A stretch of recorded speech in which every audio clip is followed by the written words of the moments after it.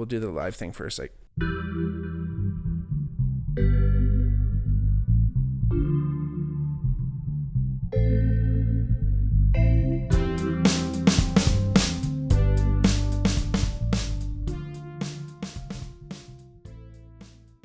hey everybody, welcome back to the Bigmark podcast. It's me, your host, Bigmark.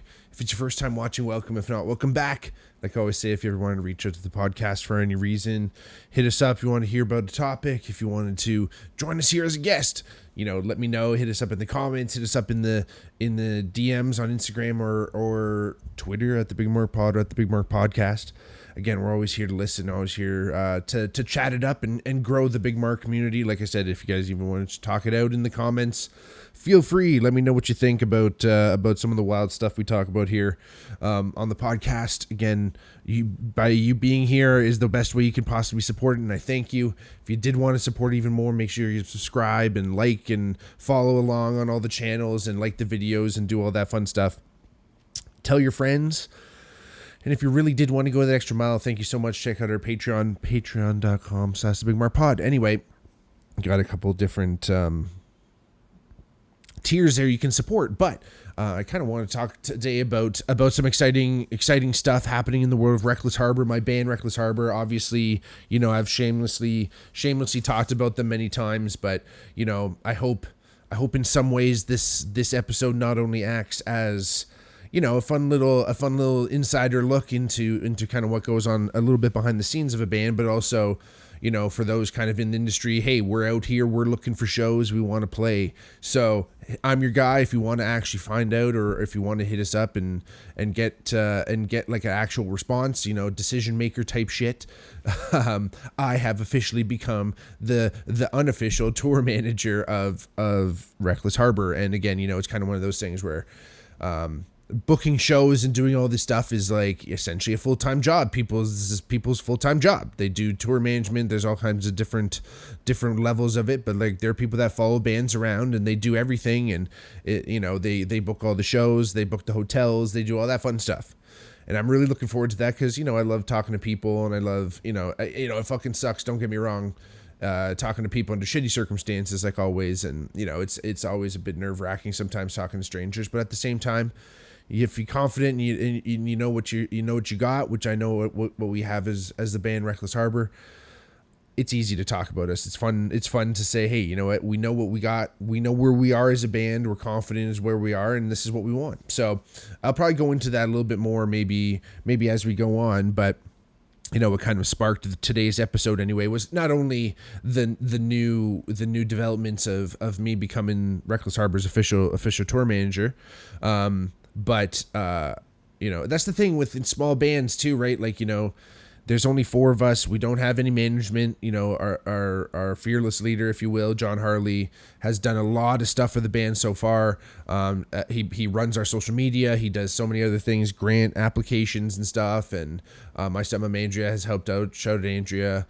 Has helped with grant writing applications and stuff like that. So again, we're going to be figuring out, radio stations and like all these different things, right? So really looking forward to making all these things happen. And it does take a village, so to speak. But again, when you're just kind of DIYing it and doing everything yourself, everyone kind of has to fall into their own position on the team. And Trev is our like kind of treasurer, we call him. He kind of looks after the cash, and Laura's like our sound guy. He's like the guy who's like knows the sound and is appreciative of how much work it takes into getting a good sound, especially again when we're doing it ourselves. So and again, like I said, I'm excited to finally be in this position, but also there's this Instagram account called Bacon's Bits. I don't know if anyone's ever seen it. It's probably kind of more of an inside baseball, inside music type thing.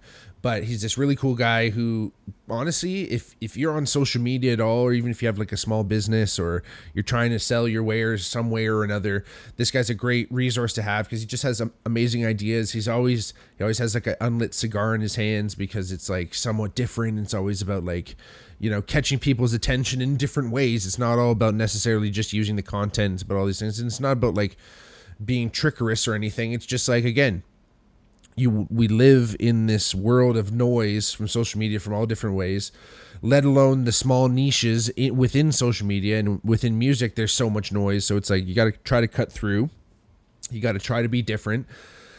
And yeah, it seems like, all right, you have to be a fucking content creator nowadays to be a musician, but that's not necessarily true. You know, it's like, well, I have to say it's partially true, but it's not necessarily completely true in the sense of, yeah, it takes some effort and you got to work and you have to be a part of social media. But, you know, again, with accounts like Bacon's Bits, there's some great, his name is Matt Bacon, by the way. He has got unbelievable tips. I could probably go and do maybe a whole episode condensing some of his tips, but you go to his page, check out all these great videos he has and great ideas for everything from touring to sound to especially social media tips. I think are the best because, again, if you're not out there, it's like the lotto. You got to be in it to win it. If you're not out there trying to be seen, no one's going to see you. And not unfortunately, but the reality is that today's day and age, that's the only way you're really going to be seen is by being on social media in some capacity. It can't just be zero, especially. And then if you are doing it even sparsely, you better make sure that shit's the real deal, Holyfield, right? So anyway, Bacon's Bits made a great post about touring and like starting to tour. And as a touring manager, as myself, not necessarily always booking tours, a sense of like going out on trips and stuff, but it's like about booking shows and all these things. But you know, one of the cool tips you were saying was, you know, find 10 cities and like find bands in there that you would jive with. If you could open for them, reach out to them, doing all these really cool things. And I kind of tried to do that last summer. You know, it was kind of like, you know, I work in the craft beer industry for my day job, and you know, tried to tap into a bunch of those resources and reach out to the breweries that I've dealt with over the years. And again, not every brewery is like a fucking music venue. I learned, which again, I got hooked up with Burdock, which was amazing. Had some wheels turning with some other people, but it just didn't necessarily work out because again, we're kind of at this stage of like, we're a band that's trying to grow. We've gained a little bit of traction, a little bit of popularity in Hamilton and Dundas, but we'd like to spread that out and get in front of new ears and play in front of listening crowds. And again, sometimes these breweries can't necessarily offer that, or they want ticketed or all these things. And we can't just really do ticketed events right now in other cities. So that's where I'm really excited to learn about how the best way to get into these things are. And my buddy Corey, who's in the music industry, he's a live sound guy, but he was working at a few bars doing bookings in Toronto, and he's extremely knowledgeable and knows kind of how all these things works. And he kind of really enlightened me the other day to like, you know, smaller venues and stuff you can kind of reach out straight to. Obviously you can go the band route and reach out to bands you want to open for, and then they'll kind of get you into some of these venues. But like most big, medium, even to big venues use booking agents. And that's another thing that Bacon's Bits talks about. But my buddy Corey enlightened me to this whole idea of like, essentially you have to have a booking agent because they're the one with the connections. So that's the thing, man. It's still all connections. It's still all these things. And that's the tough part about live music now, is that that's essentially one of the only like straightforward lines or ways that musicians can kind of make money. And it's kind of like one of these things where it's like, it's getting pretty tightly controlled, and it's getting a bit of a small club of people who are actually able to play these venues that can actually make money. Because not only do the venues want to guarantee, they want to sell out the whole venue and make money and sell booze and do all this stuff. But bands want to be obviously making money. And again, these venues are only going to pick bands that are successful, and these bands that get picked are going to be the ones that become successful. So it becomes this loop that happens inevitably. But again, it's one of these things where because of streaming, there's not a lot of money in that anymore, and record sales is what it is. But you got to make money touring and playing. So, and again, we're not necessarily in it to make money. Like, I would love for this to be like more than just like a fulfilling, you know, hobby that, you know, that fills my heart, and like I'm excited to be doing it. I would like it to transfer it into money, because then fuck, you'll never have to work another day, right? Like, I mean, really, if you can do something you love for the rest of your life, you never have to work a day, right? So I know that's some kind of like, you know, mantra that might not get anyone anywhere, but at the same time, it's also like, fuck, man, we're in it right now. The wheels are on the pavement, and like All we need to do is start pressing on the gas. And I'm not saying jam on the gas and fucking spin our tires. I'm saying it's time to slowly, ramp up the heat, because we can do this. And I believe that we can do this. And it's really exciting to be able to do this.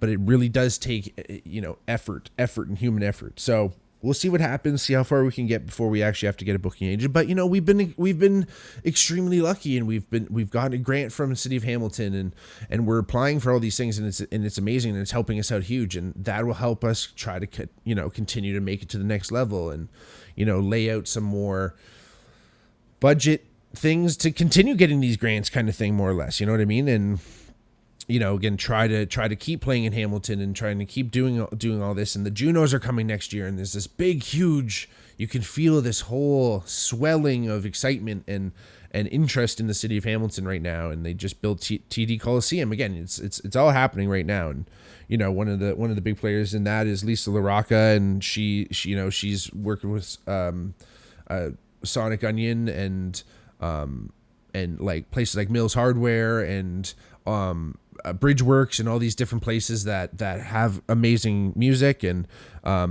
her partner Brody, who has his podcast Because Design Matters, which I'm hoping to get him on soon. These are people that you start to meet, and I was lucky enough to meet them at a networking event, and that's what it's all about. And that's the same, you got to get out there and you got to meet these people, and these are the kind of people that I mean, Brody just made a sweet post that was saying, like, hey, if you actually want to like support the community, go and support the community, go to these things. And Lisa just had this big, huge hip hop event, Fresh Up. I wish I was able to go, but I was out of town when it was happening. So I wish I was there. But again, these are the things that we all start to go to, and it becomes that small town. Hamilton's always that small town of who knows who.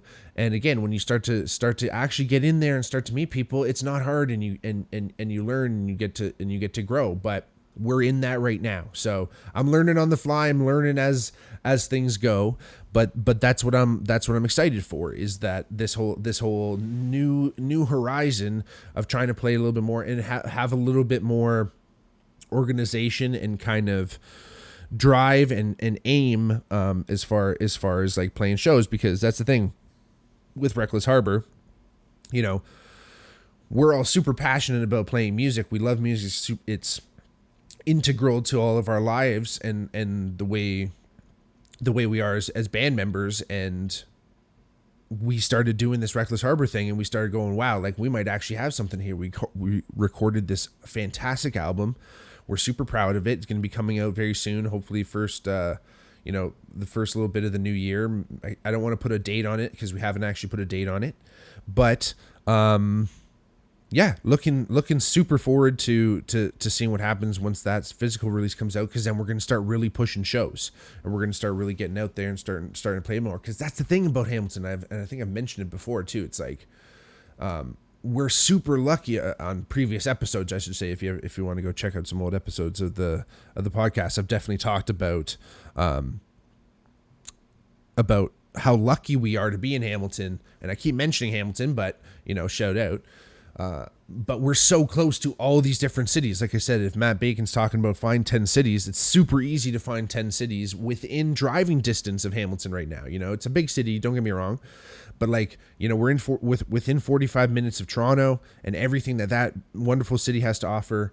We're an hour and a half from the American border. If we ever did want to go into Buffalo or upstate New York, Michigan and Windsor and London and then past and Guelph and Kitchener and Waterloo and Cambridge, like Orangeville, Collingwood, that whole area. And then past, obviously, Kingston and Ottawa and like all these different places, all just in Ontario, that we could stay and maybe have to stay at a hotel overnight and cover this wide swath of territory.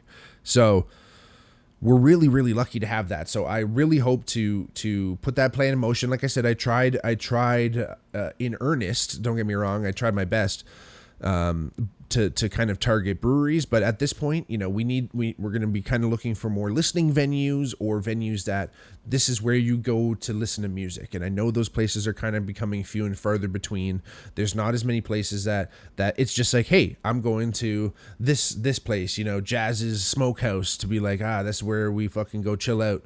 And any band could be playing, and we're just going to learn something. And maybe times have changed, maybe things have changed just over the years, and there's not as many of those places, but I know that they still exist. So this is a call. This is a Wreckless Harbour call to action. Anyone who's listening and knows anyone who books bands, or if you're a booking agent who's just checking out this episode because I probably told you to check it out. No, I'm just kidding. But like I said, I just hope that this permeates through the ether somehow, through Osmosis Jones, and makes it to the right people. And if it doesn't, then all the better to whoever is listening to it. And just know you're going to be seeing Wreckless Harbour in a city near you, at a theater near you, hopefully.